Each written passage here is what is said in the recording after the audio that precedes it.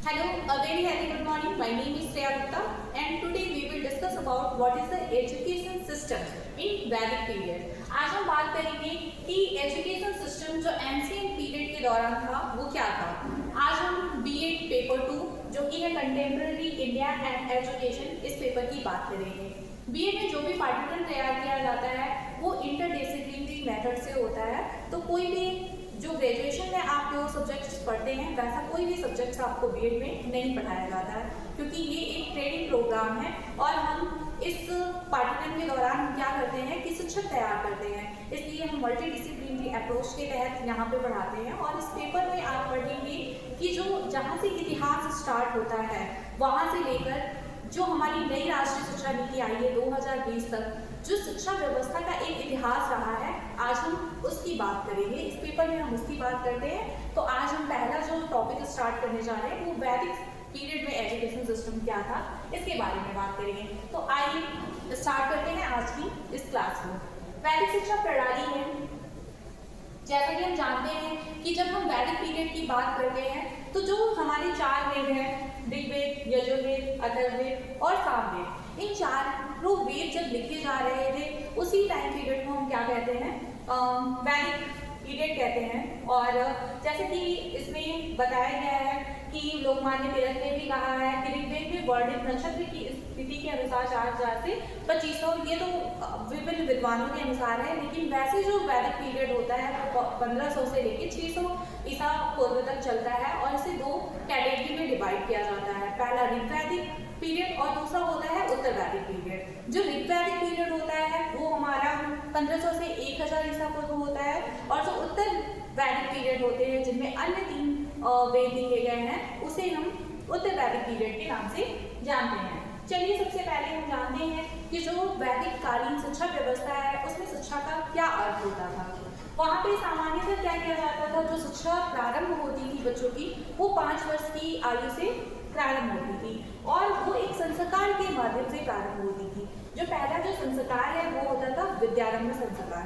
जैसा कि आप जानते भी होंगे कि जो सनातन धर्म है या जो आर्य संस्कृति है हमारी, उसमें कुल 16 संस्कार किए जाते थे। तो इसमें शिक्षा से जुड़ा जो पहला संस्कार होता था वो विद्यारंभ संस्कार होता था और विद्यारंभ संस्कार 5 वर्ष की आयु में होता था।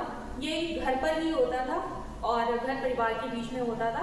यहाँ पे क्या किया जाता था कि जो कुल पुरोहित होते हैं, कुल पुरोहित को बुलाया जाता था और बच्चे को स्नान करा के नए वस्त्र पहनाए जाते थे। कुल पुरोहित चावल के अक्षत बिछाते थे और उस पर बच्चे की उंगली पकड़ के कोई भी वर्ड जैसे ओम या श्री इस तरह के वर्ड क्या करते थे उनसे उस चावल पे बनवाते थे और इस तरह से बच्चे की जो एक शिक्षा की प्रक्रिया थी वो स्टार्ट हो जाती थी और बच्चा अपनी प्रारंभिक शिक्षा जो प्राप्त करता था वो घर पे ही प्राप्त करता था। आप जानते भी होंगे कि माँ को बच्चे की प्रथम शिक्षिका भी कहा जाता है।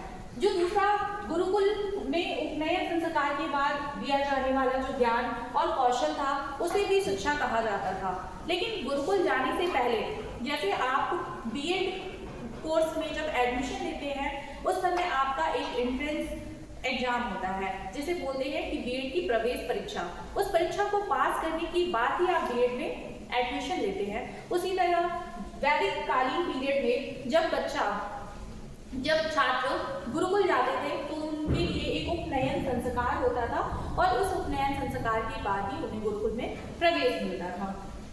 लेकिन ये क्या था कि शिक्षा का संकुचित अर्थ जो होता था उसमें क्या होता था कि गुरुकुल शिक्षा में जो गुरुकुल वहाँ जाते थे पढ़ते थे, ये सारी शिक्षा व्यवस्था जो थी वो शिक्षा के संकुचित रूप को ली हुई थी। लेकिन अगर हम शिक्षा के व्यापक अर्थ को लें तो वो था कि पूरे जीवन प्रक्रिया, पूरे जीवन भर हम जो शिक्षा प्राप्त करते हैं और उसके बाद जो शिक्षा मोक्ष के लिए प्रदान की जाती थी उसे हम व्यापक दृष्टिकोण में देखते हैं। एक और भी शिक्षा से जुड़ा हुआ है समावर्तन संस्कार। समावर्तन जो समारोह होता था उसमें क्या होता था कि जैसे कि आपका कन्वोकेशन होता है, जैसे कि आज आप ग्रेजुएशन कर लेते हैं और आपको जो ग्रेजुएट की डिग्री दी जाती है उसके लिए कन्वोकेशन प्रोग्राम होता है यानी दीक्षांत समारोह होता है। ये समावर्तन संस्कार आज की दीक्षांत समारोह की तरह ही होता है जिसमें कि शिक्षा गुरुकुलीय शिक्षा पूरी होने के बाद में गुरु अपने शिष्य को क्या करता है, जीवन भर के लिए एक उपदेश देता है और शिष्य उस उपदेश को अपने जीवन में उतारता है और अपनी जीवन व्यवस्था को आगे चलाता है। और इसकी पश्चात वो क्या करता है, अपनी श्रद्धा अनुसार, अपने सामर्थ्य के अनुसार ज्ञान गुरु को दीक्षा देता है। मतलब कि नेक्स्ट है आपका कि जो वैदिक काल में शिक्षा के जो प्रकार हैं वो कैसे थे। यानी प्रारंभिक शिक्षा होती थी जो कि लगभग 5 वर्ष की आयु पर स्टार्ट होती थी, जैसे कि हमने बताया आपको विद्यारंभ संस्कार के बारे में। ये सारी चीजें वहां पर वर्णमाला का ज्ञान, अच्छा ज्ञान कराया जाता था जो घर परिवार के माध्यम से ही कराया जाता था। अब हम उच्च शिक्षा की बात करते हैं। उच्च शिक्षा में गुरुकुल व्यवस्था होती थी और उसमें जो बच्चा एडमिशन लेता था वो 8 से 12 वर्ष की आयु में क्या होता था कि प्रवेश लेते थे। लेकिन इसमें क्या है कि 4 वर्ण थे। वर्ण व्यवस्था के बारे में आप जानते होंगे। वर्ण व्यवस्था क्या थी, समाज को सुचारू रूप से चलाने के लिए वर्ण व्यवस्था बनाया गया था। वर्ण व्यवस्था क्या थी, ये जन्म आधारित नहीं थी बल्कि कर्म आधारित थी, यानी जो कार्य करते थे उन्हें उस वर्ण का कहा जाता था। कुल 4 वर्ण की बात की जाती है ऋग्वैदिक काल में। पहला है ब्राह्मण, क्षत्रिय, वैश्य और शूद्र। इन चारों के लिए जो एडमिशन की आयु है वो क्या होती थी, अलग अलग होती थी। जैसे ब्राह्मण जिनके जो बच्चे होते थे उनका जो एडमिशन होता था गुरुकुल में वो 8 वर्ष की आयु में होता था। क्षत्रिय कुल के बच्चों का जो एडमिशन होता था वो 10 वर्ष की आयु में होता था। वैश्य कुल के जो बच्चे होते थे उनका एडमिशन का जो आयु था वो 12 वर्ष का आयु था। और गुरुकुल में प्रवेश करते समय बच्चों का क्या होता था, उपनयन संस्कार होता था, जिसकी बात मैंने आपको प्रीवियस स्लाइड में बताई है।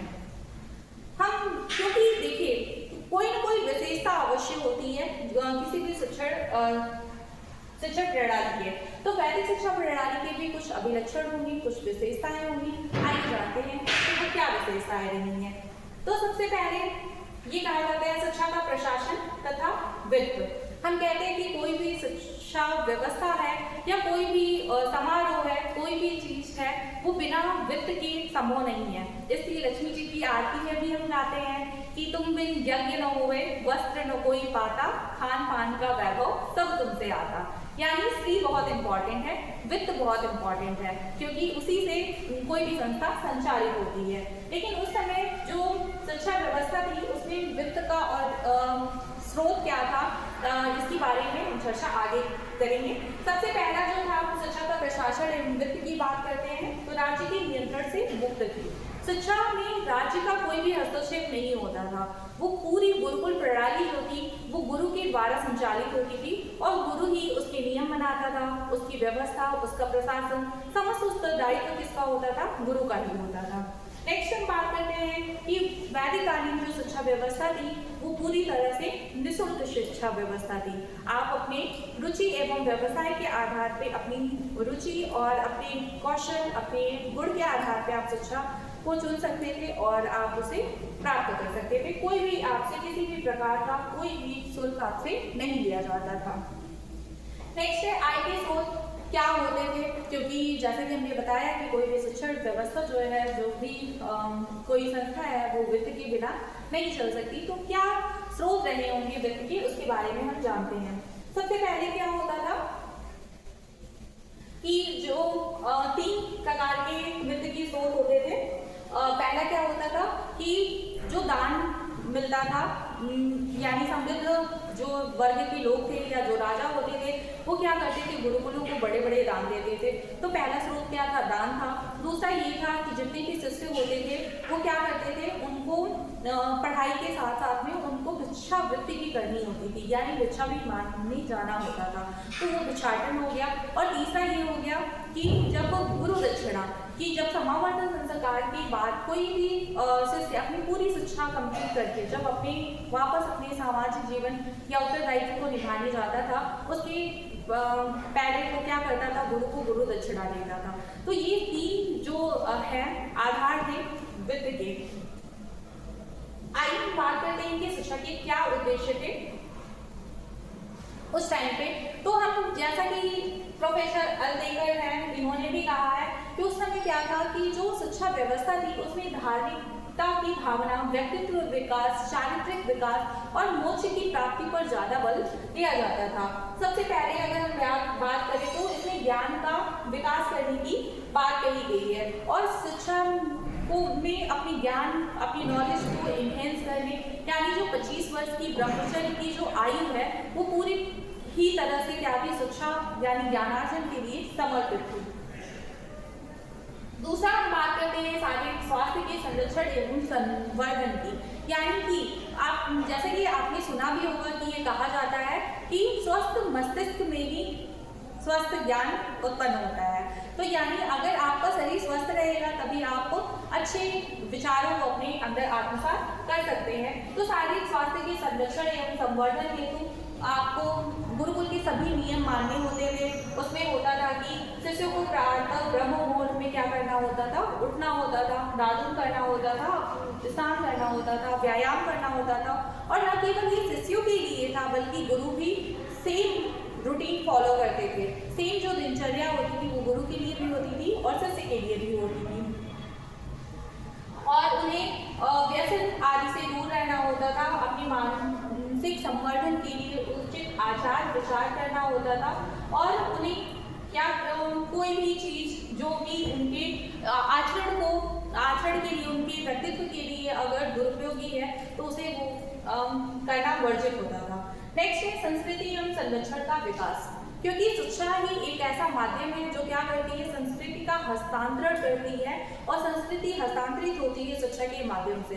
तो शिक्षा में संस्कृति का संरक्षण एवं संवर्धन करना भी किसकी जिम्मेदारी होती थी, वो शिक्षा की ही जिम्मेदारी होती थी। और इस तरह लोग संस्कृति को अपने आने वाली पीढ़ी में क्या करते थे, ट्रांसफर करते थे। नैतिक एवं चारित्रिक विकास, क्योंकि कोई भी जो शिक्षक के पद पे कार्य कर रहे हैं, जो गुरु के पद पे कार्य कर रहे हो, उनका जो आचार विचार और उनका जो चरित्र होता है वो इतना उचित होता है, इतना आदर्श होता है कि समाज उनको कॉपी करता है। इसलिए जो गुरु हैं और जो शिष्य हैं उनके नैतिक एवं चारित्रिक विकास को भी बल दिया जाता था।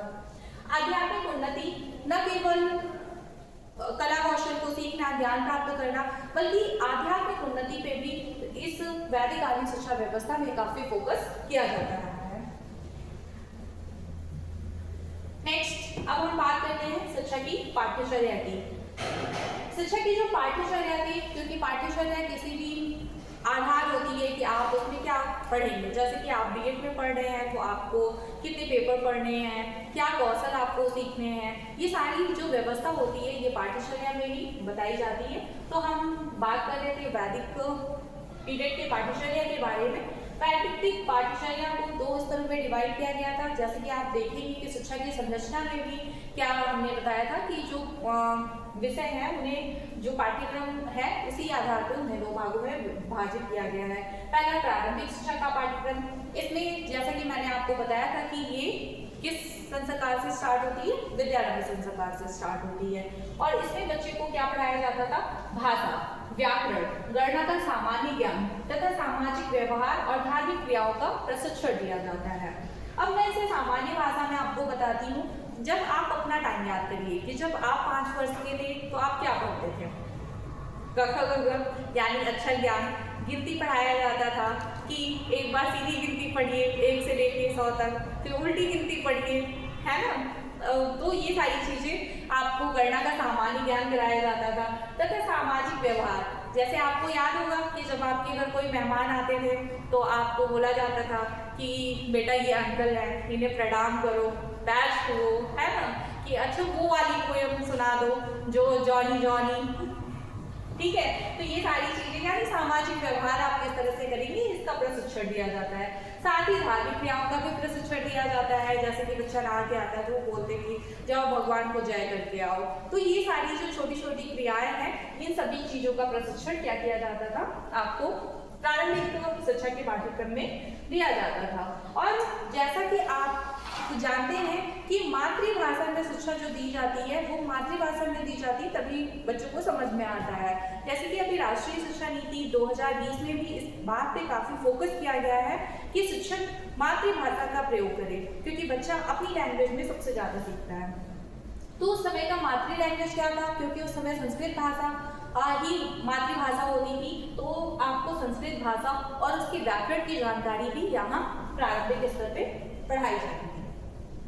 अब हम नेक्स्ट बात करते हैं उच्च शिक्षा का पाठ्यक्रम। उच्च शिक्षा के पाठ्यक्रम की अगर हम बात करें तो यहाँ पर दो प्रकार की शिक्षा होती थी। एक होती थी सामान्य शिक्षा और दूसरी होती थी विशिष्ट शिक्षा।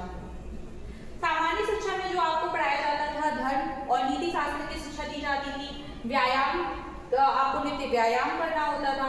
गुरुकुल की व्यवस्था और गुरु की सेवा, यानी ऐसा नहीं कि आप आए बीएड में 9 से 4 क्लासेस की और फिर उसके बाद आपका संबंध खत्म कॉलेज से, उसके बाद हम कौन आप कौन, ऐसी शिक्षा व्यवस्था नहीं थी। ये आपको, क्योंकि गुरुकुल एक आश्रम व्यवस्था थी, यानी कि आपको गुरुकुल में ही रहना है, गुरुकुल में ही पढ़ना है, तो जो गुरुकुल की व्यवस्था है, यानी उसकी साफ सफाई का उत्तरदायित्व है, गुरु की सेवा का उत्तरदायित्व है, वो सारे उत्तरदायित्व शिष्य के होते थे और शिष्य को इन सभी चीज़ों में पार्टिसिपेट करना होता था। ये सामान्य शिक्षा होती थी और ये सभी लोगों के लिए होती थी, चाहे वो राजा का बेटा हो तब भी उसके लिए सारे कार्य करने पड़ते थे, और कोई बहुत निर्धन व्यक्ति के घर से आया हुआ कोई बच्चा है उसे भी ये काम करते होते थे, सभी के लिए नियम समान थे।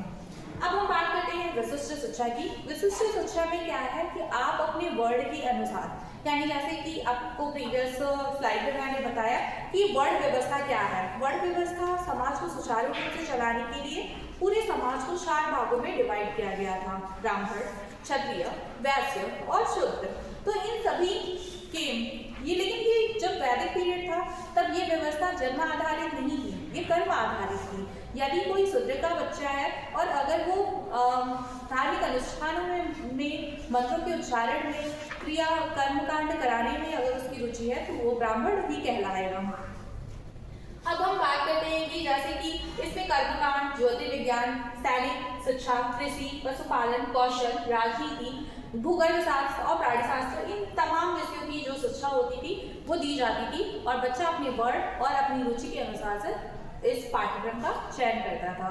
स्लाइड और भी बहुत सारी स्लाइड है और ये पूरी क्लासेस बहुत लंबी है, तो इसलिए हम इसकी बात नेक्स्ट वीडियो में करेंगे।